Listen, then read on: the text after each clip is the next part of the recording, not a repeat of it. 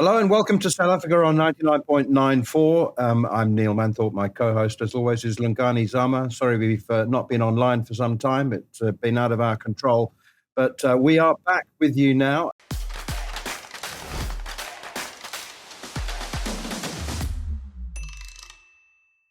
And I'm talking to you from the lesser visited city of Kimberley on the England tour. I've just been in Bloemfontein for the first two games. And I'm delighted to say that that is the topic that we're going to begin with on this episode, because I think that I have the privilege of commentating on one of the great white ball innings in the history of South African cricket from Captain Temba Bavuma, as England were beaten for the fifth time in a row, for the first time since before 2015, when their one-day team was revolutionised. South Africa chasing 343 for victory to win that series, and Bavuma produced one of the great statement innings in white ball cricket, certainly in South Africa's history. It was absolutely extraordinary, not just because of the personal circumstances, what the captain has been through for the last 6 or even 12 months, everything that was resting on his shoulders, the possibility, even the probability of not qualifying automatically for the World Cup in October later this year. And he's gone out there and scored 100 off 90 balls.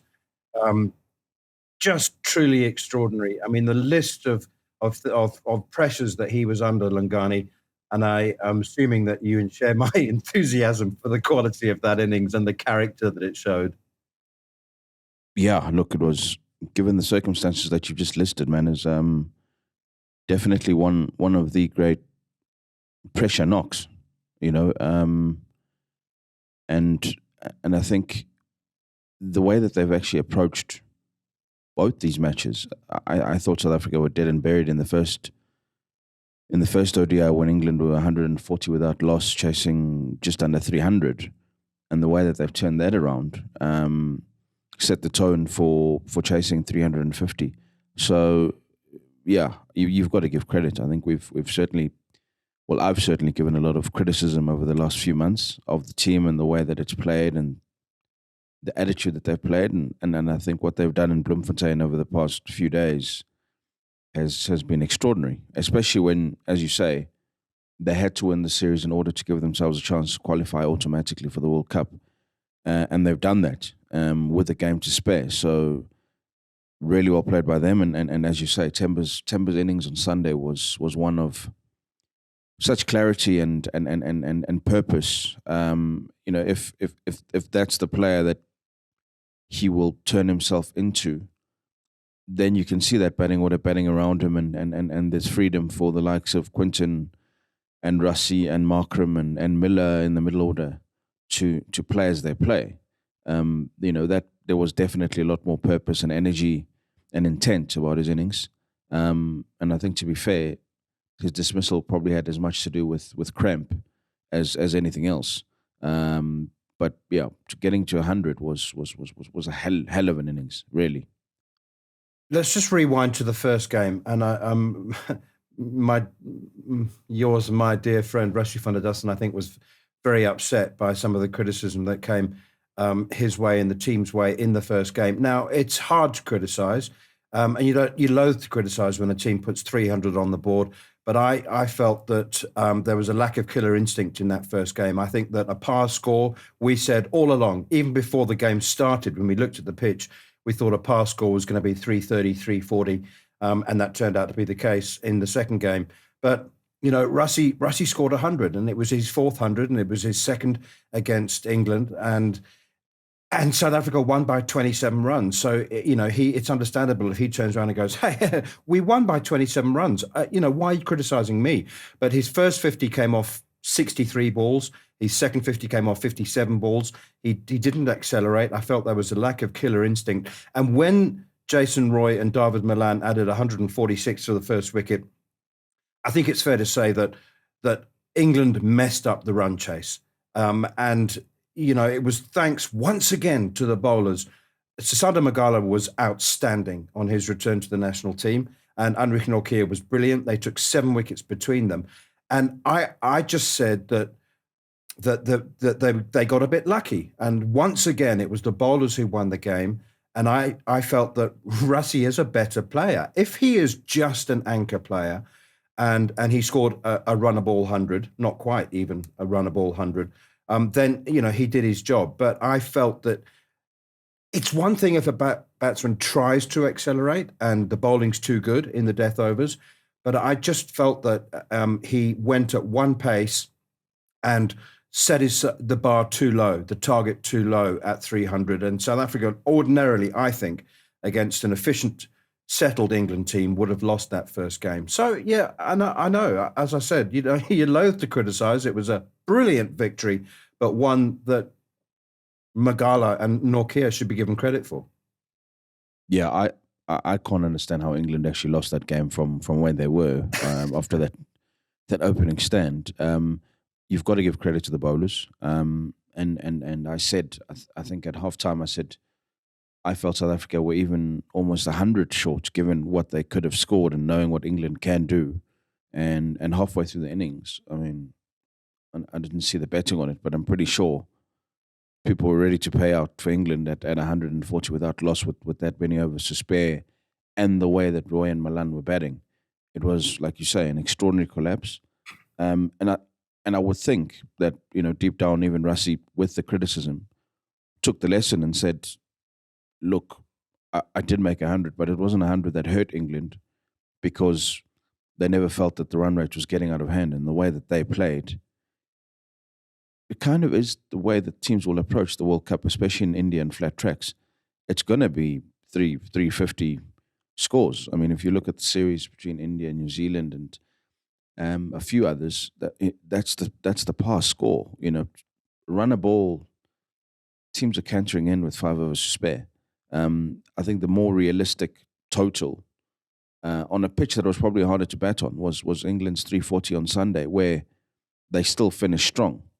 And that's what you do. You've got to go hard in those 10 overs and almost treat it like the latter stages of a T20 innings to put the pressure on, because run a ball these days doesn't scare any international team. It needed a big helping hand from England, some very good bowling from Magala and Nortje, like you said.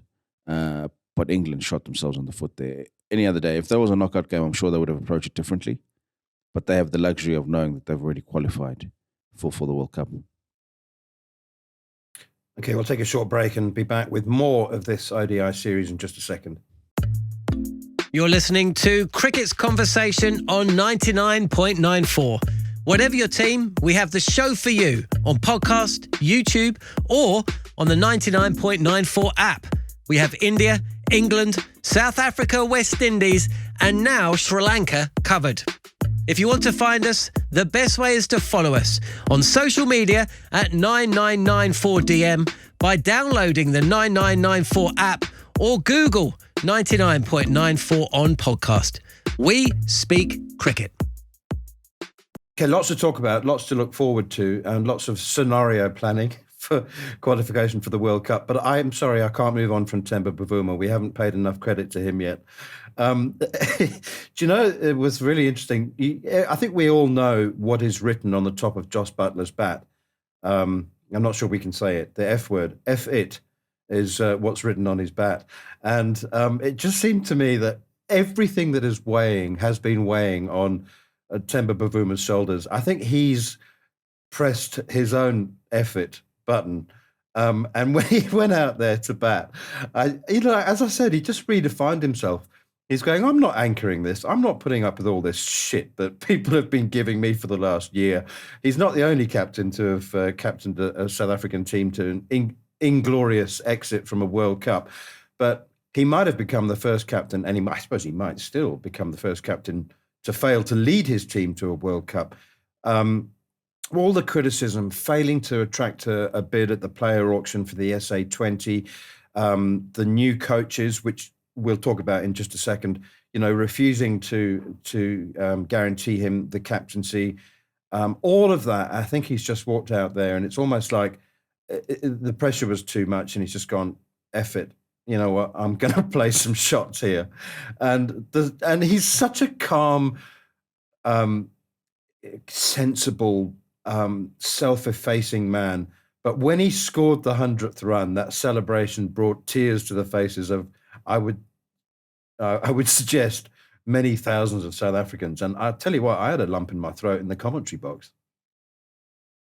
Yeah, I think you recognise just the hardships over the last, like we say, a few months at the very least, and it's all happened pretty publicly.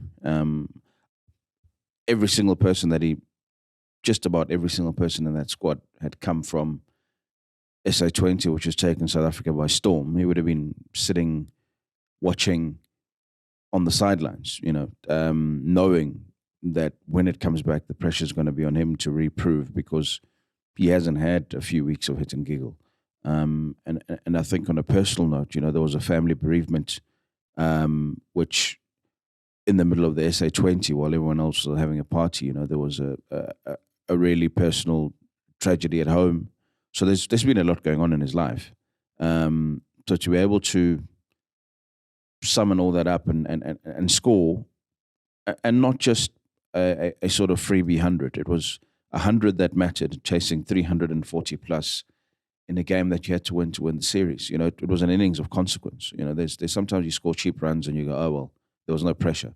There was definitely a lot of pressure on that. And it's not as if his mindset changed for that second game. In the first game, he was going quicker than Quinton de Kock as well until he mistimed one of Moeen Ali. So, yeah, so I mean, we're not privy to the conversations that, he might have had with Shukri Conrad and Rob Walter, the new coaches. But as we've said before, a new coach comes in and everyone's on trial again. And he definitely, Temba batted like somebody trying to prove a point, whether to himself, to the team, to the coaches, to the public.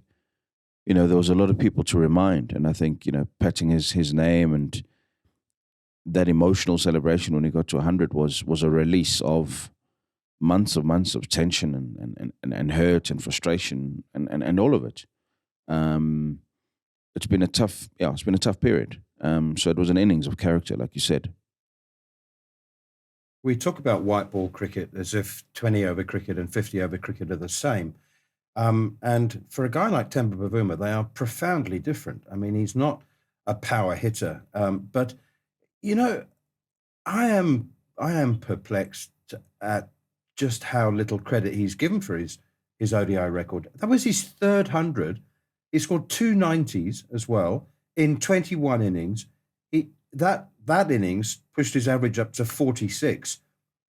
He's an outstanding 50 over cricketer. Yeah, I mean, he looks comfortable in the format, and it's not quite the relentless pressure of carting every ball as T20 is. And I mean, you say he's not a power hitter. He's not in the true sense of the word. But there was a 6 that he cracked on Sunday, almost out of nowhere, and it was it's there, and I suppose it's a mindset thing, and being given the freedom to play again, or finding the freedom to play your strokes freely again, because the shots are all there. You don't play international cricket if you can't play. So the shots are there, and you'd like to think that it's hopefully a corner turned, because he's the captain, and you need your captain performing. And I'm sure that dressing room and the training over the last couple of days has been a far more cheerful place for every single player, because it eases the tension. You know the scrutiny that your captain is under, regardless. When he's not performing, it's ramped up even more. And I'm sure all those players are just as thrilled as he was in doing what he did, and in the manner that he did it, against the best white ball team in the last few years. There were some serious bowlers in that England lineup. We can't discount that. So his celebrations were justified. The relief in the team is justified, given that they've now won the series.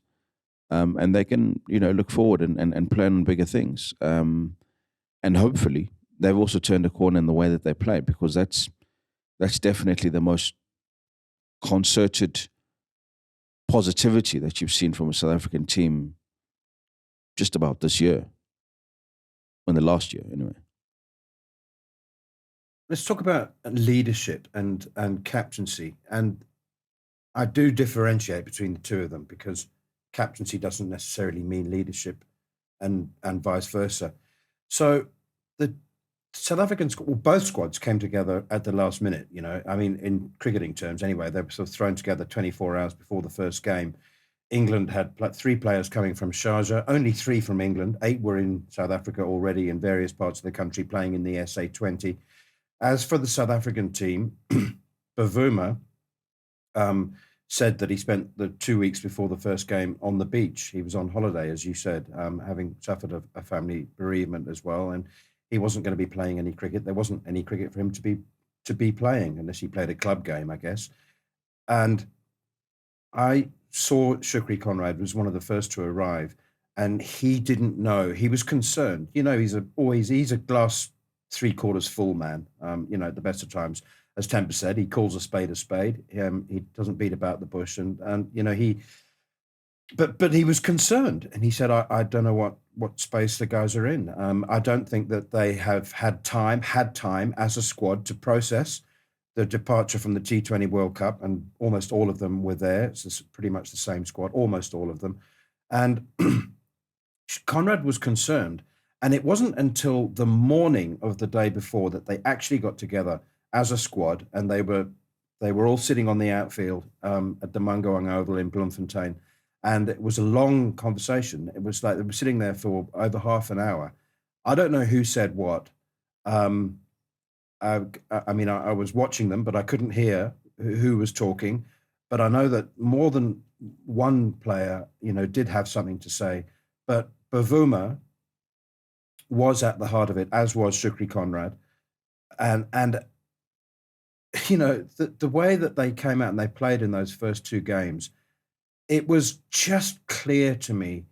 And I want to talk about captaincy as well, Bavuma's captaincy on the field, because I think that has been truly outstanding. But somehow the leadership was also very, very profound.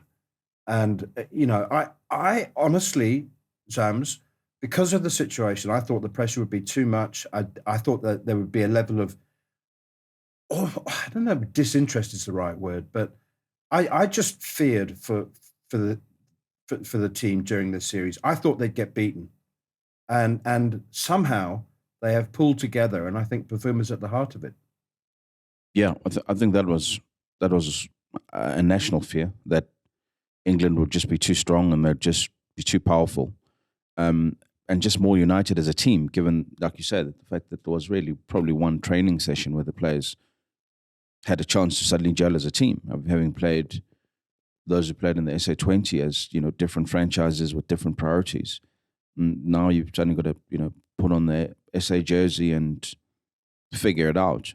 So it is. I mean, it is testament to the leadership of the leadership group, and then on the field, Temba, especially in that first one, you might not have picked it up at the stadium, but there was even an argument that the mics picked up with him and KG, when I think KG wanted one more in the middle of the England chase, and Temba was resolute. No, we're holding you to the end. We're holding you to the end. And even as they walked away from the stump mic, you could see KG still talking, and Temba was just smiling at him, but politely saying, "No, we're saving you for the end." So even then, and I think England probably were about 2 or 3 down. Even then, he was thinking, "We can still shut this down, and I need my spearhead for the end because I'm going to need you to close out." So that that says whatever England needed and whatever wickets they had in hand, you're still thinking that we've got a way to turn this around, and I'm going to need you to finish off in order for us to win. And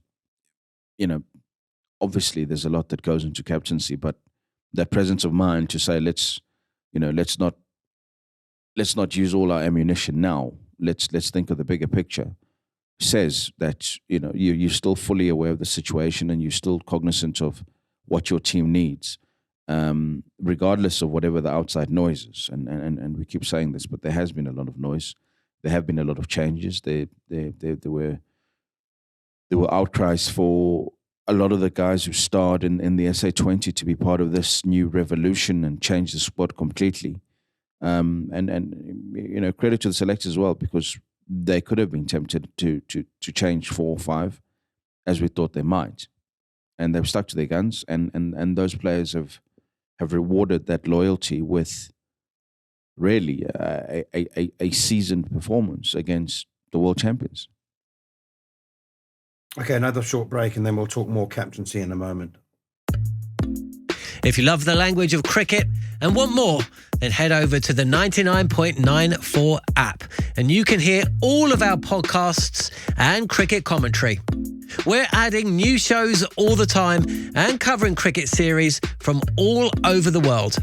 Be the first to hear all of our announcements by following us on social media at 9994DM. Welcome to Cricket's Conversation.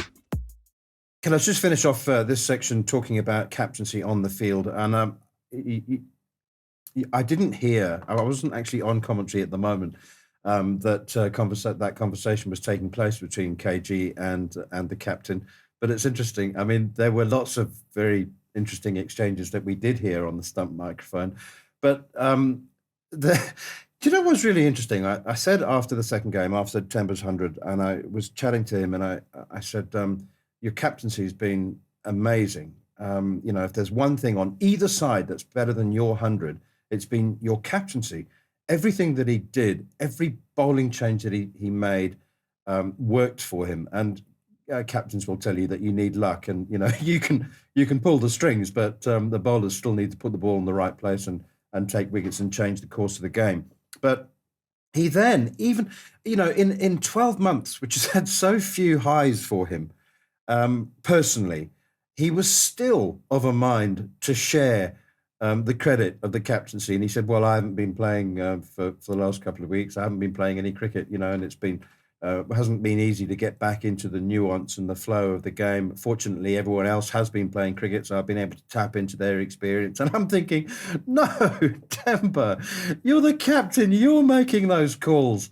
But it's just so typical of him that even at this one moment, he did say, well, I'm not one to blow hot air up my own, you know what. It was his exact words. But, I thought, come on, Temba, blow some hot air up your ass and do it. You deserve it. Yeah, look, I think experience has taught him that you stay humble at the best of times, because tomorrow is another opportunity for detractors to come and remind you of all of the failures. But like you say, as he pointed out, there's a core of leadership there, whether it's Rassie van der Dussen, Quinton de Kock behind the stumps, KG himself, Kesh Maharaj, there's an experience. David Miller, there's guys, on patrol constantly, whether they're leading the fielding unit or reminding the spinners or the bowlers. There's a core there, and he does lean on them, and it's no secret. There's a shared responsibility, because your eyes and ears can't be everywhere at all times, and there is a bit of an understanding that you are allowed to speak up. Some captains prefer to take it upon themselves, and you take all the credit and you take all the blame, and that makes them feel more comfortable. But certainly his leadership style has always been a more democratic, and I think that's probably one of the big reasons why the team has just been as hurt at his loss of form and his struggles, because they know that he shares in much as in their successes. So of course they would share in his failures and feel, pull for him. And I think you saw the reaction when he got to 100. That entire dressing room got up and it was, it was proper. I think there was even a message thumping his chest, pointing towards the dressing room, because cheapers, goodness knows how much he's had to lean on them, and they've sort of probably kept on playing psychologist even in the darkest of times. So that's the essence of a team, and I'm sure they'll look back on that series as a turning point as they look towards the World Cup and say it might have been easier to just tear the thing apart and start again. But the fact that we stuck together and supported each other back into the light probably means more, because they can all still play cricket. They can all still take wickets and make runs. Sometimes you need to remind yourself and those around you that you still can. And once you do, you take that resilience that you've built up and you express it on the field. And that's what they've done over the last couple of games. And there's another game in Kimberley where they will obviously try and ram the point home and win emphatically, and finish really strong before people go up to SA20 and wherever else. But yeah, it's good to see the team in the short space of time that they had as united as they were and as happy to share in each other's successes as they have been. So I think KG Rabada was always going to be rested out of the second game. But I think that a plan was formed, player rotation, before the series began. And I think it was always, KG, I want you to play the first game. You can have the second game off. Then we'll see about the third game where the series is placed. I know that Rabada was tired. And I think almost he's as tired by the constant weight on his shoulders as much as the physical tired. I mean, it's, I don't know how tiring it's been playing for the Mumbai Indians, Cape Town in the SA20. I don't think that's particularly physically tiring, but and so it was wonderful to see Magala step up and Anrich Nortje, who's played just about every game for South Africa. I don't know, since before the Australia tour. I mean, I'm sure that Nortje probably needs a tactical rest at some point. Marco Jansen, it just every time he picks up a bat and a ball, he's just looking more and more like he can become a genuine all-rounder. But Magala particularly, we talk about the effort button for Bavuma. I kind of got the sense from Magala as well, because of all the nonsense that he's been through, he's been actually picked in squads and then rejected. Like, sorry, you knew what shape I was. You knew how much I weighed when you picked me. And then I turn up and you go, no, sorry, you're overweight. Off you go. How irritating would that be? More than irritating. Yeah, look, there's a lot of personal trauma stories within that squad. But somehow, obviously, when they've got onto the field, they've let their cricket do the talking. And I think, so Sisanda Magala has been a talking point around South African cricket for a couple of years now, because every single player that he plays against, everyone who watches him on a regular basis says he's definitely South Africa's most skilled bowler at the death, consistently. Every batsman that's faced him is, surprised for the first time at how heavy a ball he bowls. And then his fitness issues have been well documented. I mean, they've had to come out and be clear. It's going back to the days of Graham Smith picking him in the squad but not picking him in the 11, and saying that there's things like skin folds and all sorts of criteria. So like you say, you kind of go, well, why did you pick me in the first place? If your policy is that I'm not fit for international cricket, then fair enough. Don't pick me at all. But you understand the temptation of the selectors, because they know what you get, and it is such a precious skill set. And he demonstrated that against England, not just in the death overs, but he's a strike bowler. He surprises you with the range of deliveries that he has. And I don't know, maybe you look at an unfit bowler running up and you don't think he's going to knock you over, but he did, and you could see again just how chuffed the players around who know what he's got once he got on the field were like, cheapers, thank goodness, here he is. So it was almost unfortunate that he got rested, given the fact that he's just turned in that performance. But like you say, there must have been a policy of rotation, and we'll see what team they pick for the third one. But you'd love to see him get another cap to try and build on that, because even when he came into international cricket, as is normally the way with players who've come in under shadow, everything that you do on the cricket field is scrutinized. And when he played the first time he was picked, there were a bunch of no balls that he kept on spraying, obviously nervous. But this is the Magala that's dominated South African cricket, the one that you saw on Friday night in Bloemfontein. That's the Magala that South African domestic cricket knows, and it's great to see him finally doing that on the international stage. It's not a fitness issue, is it? Clearly, I mean, it's not a fitness issue. It's a shape issue, because there's no question that he's fit enough. He's had less fitness issues than any quick bowler in the country for the last 3 or 4 issues. It's an aesthetic issue. You know, people are going like, "Oh, you don't look like an international athlete," but I mean, so it's skin folds, and it's the fact that he can't run 2 kilometers in under 8.5 minutes. I mean, I don't know. Do I even need to ask you what your view is on shape issues? Well, I don't know if I could run 2 kilometers in 8.5 minutes, so I'm not best placed. But he can, obviously, and he did, which is why he's there. But yeah, it is an aesthetic thing, and there still does, those who say that, he doesn't look like he should be an international cricketer. How much more would he do if he was fitter? But,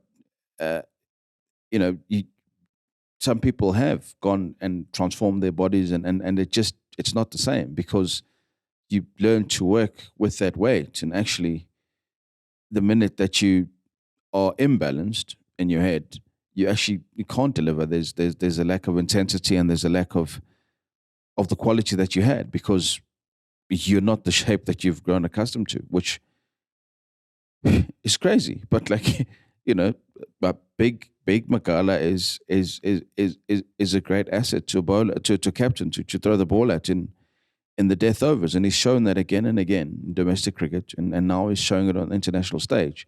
So it's up to the selectors to work it out.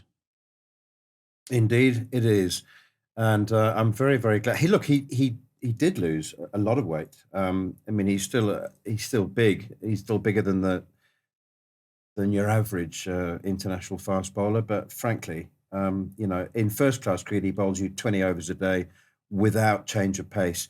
Anyway, thank you very much indeed for listening to South Africa on 99.94. Do please rate, review, and subscribe wherever you enjoy your podcasts. And you can download the 99.94 app and follow us on Twitter at Neil Manthorpe and at Whamzam17. For now, cheerio.